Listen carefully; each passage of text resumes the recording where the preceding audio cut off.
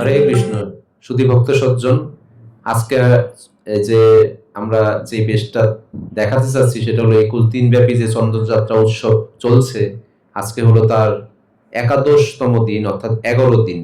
এই দিনে ভগবান সজ্জিত হয়েছেন গোমতী কৃষ্ণ বেশ রূপে। তো গোমতী হলো একটা নদীর নাম। আমরা সকলেই জানি গোমতী নদী রয়েছে। তো নদীর স্বভাব কি? নদীর স্বভাব হলো শান্ত ভাবে প্রবাহিত হওয়া। তো ভগবান এই লীলার মাধ্যমে আমাদেরকে তার যে শান্ত সাবলীল একটা রূপ, তিনি যে সরল এবং ভক্তদের সরলতাকে তিনি পছন্দ করেন, সেটা তিনি প্রমাণ করতে চান, সেটা তিনি দেখাতে চান।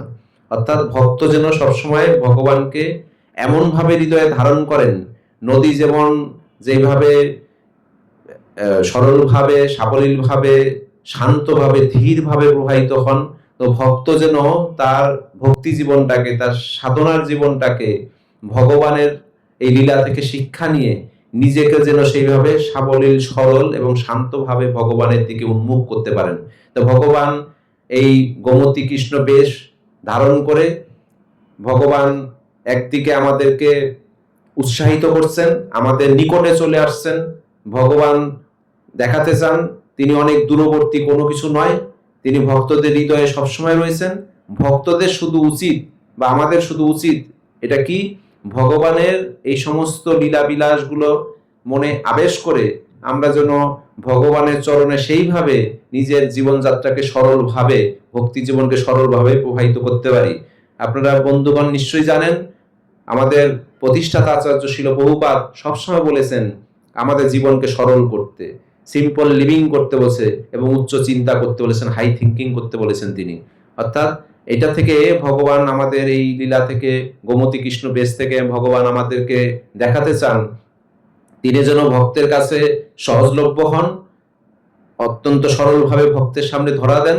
প্রকৃত যে ভক্ত, ভগবানকে যিনি চিন্তা করেন, ভগবানকে মনন করেন এবং ভগবানকে সবসময় পাশে পেতে চান, ভগবানের সেবায় সবসময় নিজেকে উৎসর্গিত করতে চান, ভগবানের একমাত্র যে আকাঙ্ক্ষা যে ভক্ত আমাকে ভালোবাসুক, ভক্ত আমাকে আমার সাথে পৃথিবী বিনিময় করুন, এইটাকে যে যিনি নাকি আসল উদ্দেশ্য, জীবনের আসল উদ্দেশ্য হিসাবে নেন, তখন ভগবান অত্যন্ত প্রীত হন। তাই ভগবান এই গোমতী কৃষ্ণ বেশ রূপে আজকে যে অপরূপ সজ্জায় সজ্জিত হয়েছেন, আপনারা মন্দিরে অনেকে দেখেছেন, আমাদের অনলাইনের মাধ্যমে আজকে আপনারা এটা দর্শন করছেন যে গোমতী নদী যে আমাদের জগতে রয়েছে, সেই গোমতী নদী ভগবানেরই লীলা বিলাস করার জন্য এই ধরাধামে অবতীর্ণ হয়েছিলেন, এবং ভগবান সেটা দেখাতে চেয়েছেন যে কিভাবে ভগবান নিজেকে এত সহজলভ্য করে ভক্তদের হৃদয়ে প্রকাশিত হন, ভক্তদের সম্মুখে আসেন, ভক্তদের সাথে লীলাবিলাস করেন, ভক্তকে আনন্দ বিধান করেন। আসলে ভগবানের প্রত্যেকটা লীলাই আমাদের গৌরীয় আচার্যরা বলে গেছেন, গৌরীয় সম্প্রদায়ের যে আচার্য রয়েছেন, গোস্বামীরা রয়েছেন, তারা সবসময় এটাই ব্যক্ত করেছেন যে ভগবানের এত লীলা করার কি উদ্দেশ্য ছিল, কেন ভগবান এত রূপে নিজেকে সজ্জিত করেন, কেন ভগবান এত রূপে নিজেকে বিস্তার করেন। শুধু একটা মাত্র উদ্দেশ্য, ভক্তদের আনন্দ বিধান করা। তো ভক্তরা সবসময় চান ভগবানের এই নিত্য নতুন নবনব রূপ ধারণ, মানে দর্শন করতে, এবং ভক্তদের এটা দিয়ে ভক্তদের আকাঙ্ক্ষারও কোনো শেষ হয় না। কারণ নিত্য নবায়ন রূপ, কারণ ভগবানের যে সৌন্দর্য রয়েছে, আমরা জেনেছি শাস্ত্রের মাধ্যমে যে ভগবানের সৌন্দর্য হলো ক্ষণে ক্ষণে বৃদ্ধি পায়। আমাদের মনুষ্য জীবন যেমন রয়েছে, আমরা বদ্ধজীব যারা রয়েছি, তারা আমাদের যে রূপ লাবণ্য যেগুলো হচ্ছে, এটা দিনে দিনে ক্ষয়প্রাপ্ত হয়। কিন্তু ভগবানের ক্ষেত্রে মুহূর্তে মুহূর্তে ভগবানের রূপ মানে বর্ধিত হয়।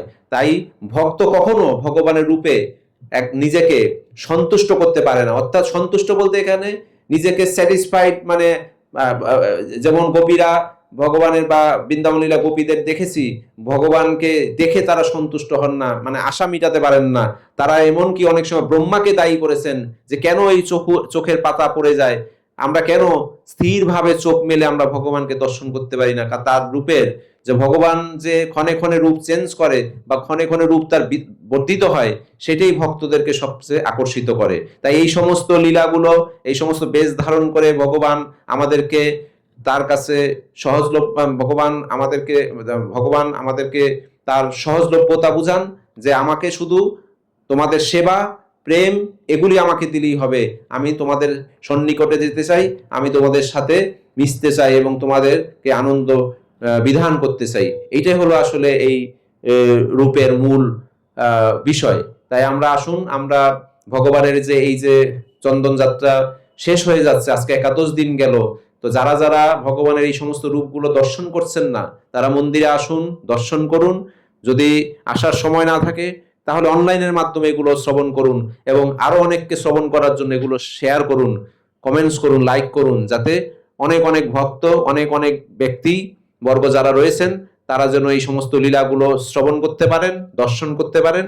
এই বছর না হোক আগামী বছর সশরীরে ভগবানের এই সমস্ত লীলাবিলাস দর্শন মন্দিরে এসে তারা করতে পারেন। আজকে এখানেই শেষ করছি।